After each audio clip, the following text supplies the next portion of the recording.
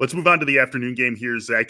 You know what? This game's getting a little bit of shade thrown at it because of what has gone down with the Raiders over the last few weeks, from 5-2 to 5-5. Cowboys obviously didn't look like themselves against the Chiefs, and now they're going to be playing without Amari Cooper and most likely without CeeDee Lamb. I still think this could be a fun game, an entertaining game. Cowboys -7, 50.5 is the total on this one, and I look at what the Cowboys can do running the football in this game, Zach. We've seen the Raiders get run all over for weeks in a row now. It's a bad run defense. We just saw Joe Mixon run all over them a week ago.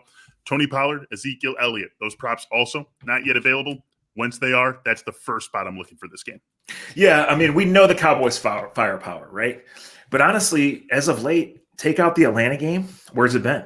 Mm-hmm. You know, Amari Cooper on the COVID list and CeeDee Lamb with a huge question. And again, we don't know how that's going to go because it's concussion protocol. I mean, when I looked at this on Sunday night, I thought Cowboys and over. And now as I take a longer look, I hesitate. The Raiders are obviously reeling, right? They had the one big win after the Gruden bounce back, and they've struggled offensively and, as you mentioned, on run defense. So this is tough. I'm not sure I could lay the full 7. With you on that. Seen 50 and a half. I saw 50 or 50 and a half Monday. I saw it jump to 51.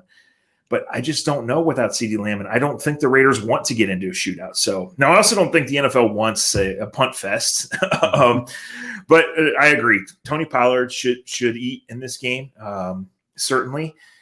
But if they don't have Lamb, I mean, those other guys are just so unreliable. Michael Gallup's a good player, right? Cedric Wilson, not very reliable. Mm-hmm. You know, this is a tough one. Of the three, this is the one that I want to stay away from the most. I agree on some Tony Pollard props.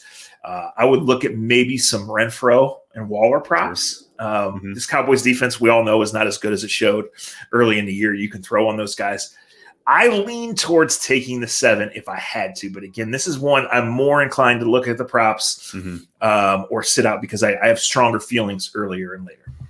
Yeah, I'm with you on that. I lean toward the 7. I lean toward the under, but I don't really love either. I'm not going to play either of those. It's just I could see this going way too many ways. And there are a lot of fun ways to get involved in the props. We talk about the running backs. Hunter Renfrow basically gets his 7 for 50 every week, and it's just, does he score a touchdown or not? That's what we're talking about with Hunter Renfrow.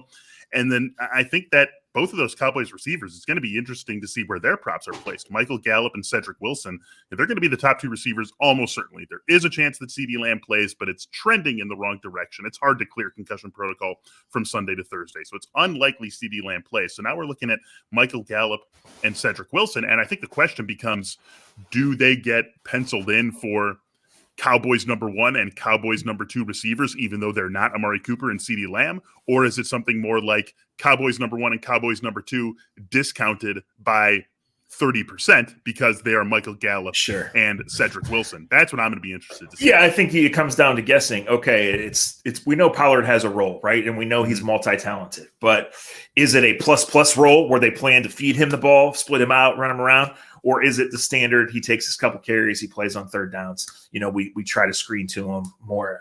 I mean, I don't know. You know, they go to Noah Brown then. They're down to one tight end. Like, it starts to get really thin. Yeah.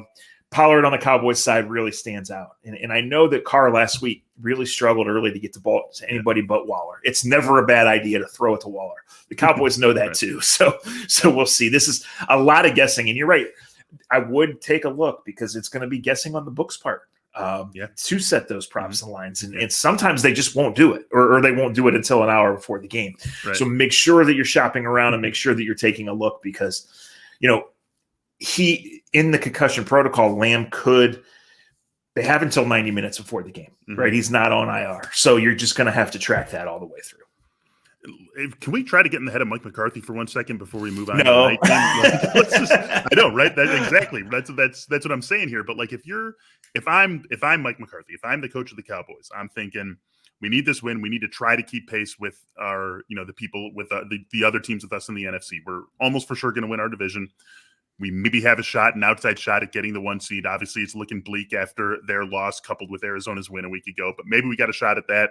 We certainly can maybe climb up to the 2 seed. Packers have a very tough game against the Rams this week. They can figure we're gaining a game on one of those teams, no matter what. So what's the best way to do that? Maybe it's lean on Zeke, lean on Pollard. Dak still isn't 100%. don't ask too much of him without his top 2 receivers, and get out of here with like a 23-10 sort of victory. At least that's how I picture the best path to the sort of victory the Cowboys would want going. Yeah, I think it's Pollard heavy. I think it's Zeke heavy. I think Pollard's better than Zeke right now, but I think it's using both of those guys to do what they do. And I absolutely agree. If they would have a 7 or 10 point lead midway through the third quarter, I don't think they're going for style points here. They're not trying to impress the voters, right? They're trying to get the hell out of there with a win. Yeah, that's what we're looking at for this afternoon game. Again, just like we said with Bears Lions, be sure to take a look at the props once they are available.